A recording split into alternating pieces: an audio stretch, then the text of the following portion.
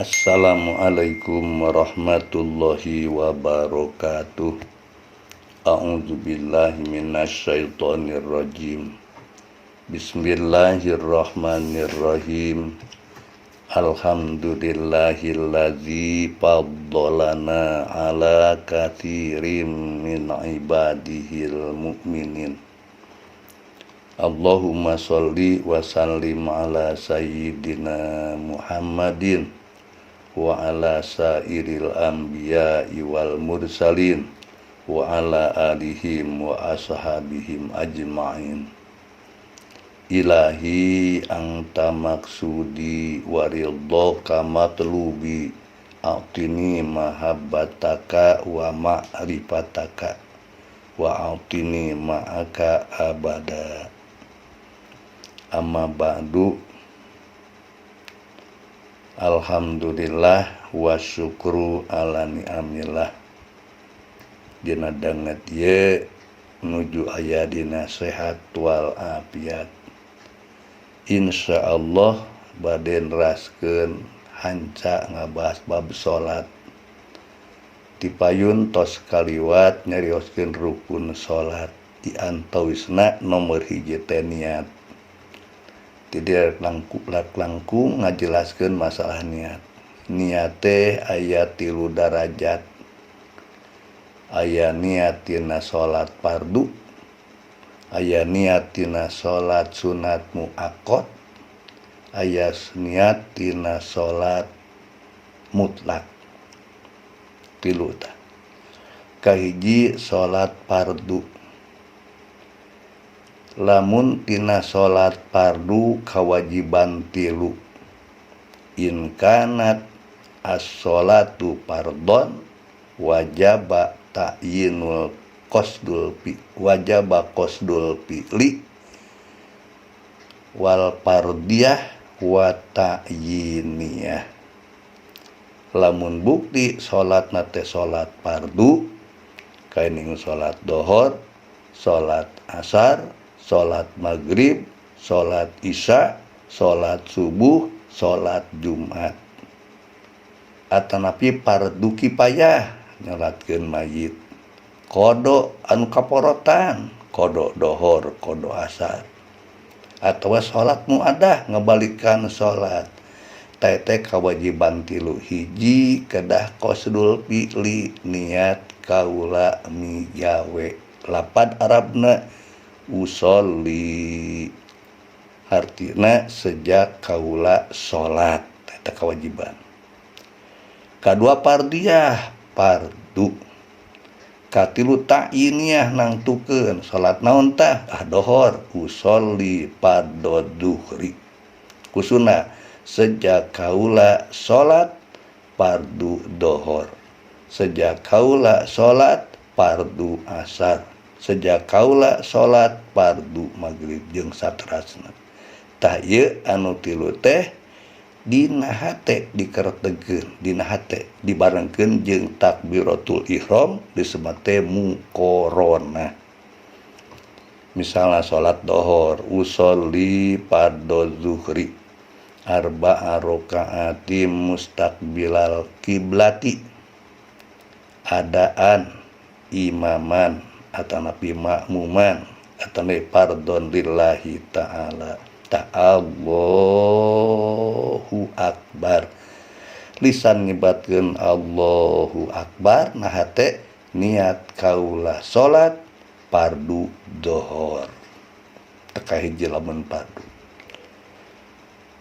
3 kewajiban. Kadua derajat kaula, kaduana salat sunat muakkad. Salat sunat nu aya waktuna saperti qobliyah, salat ba'diyah, eta kedah eta ge. Ditangtukeun salatna. Qasdul fi'li ayana kawajibana 2, muakkad mah. Kaduana ta'yin.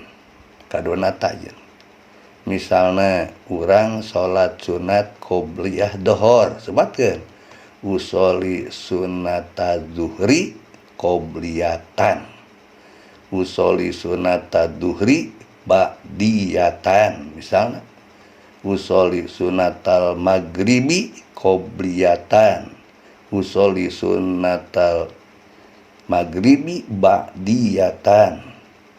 Usolli sunnatal isya'i qobliyatan.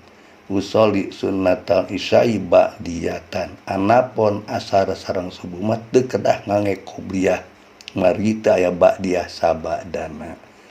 Kewajiban cuman 2. Misalna mun surana kieu, urang salat sunat qobla duhur, usolli Allahu akbar cek lisan, cek hate teh niat kaula salat ba'diyah dohor atau napi qobliyah dohor tak kitu. Kedah aya anu 2 eta lamun sunat muakkad. Atanapi salat anu ngabogaan sabab seperti salat istisqa minta hujan sami eta ge. Salat istisqa sami eta ge kedah aya neja salat, kadua aya ta'yin ditangtukeun sebutkeun salatna salat sunat naon sejak kaula salat sebatna minta hujan istisqa jeung saterasna. Anu katiluna aya salat sunat mutlak.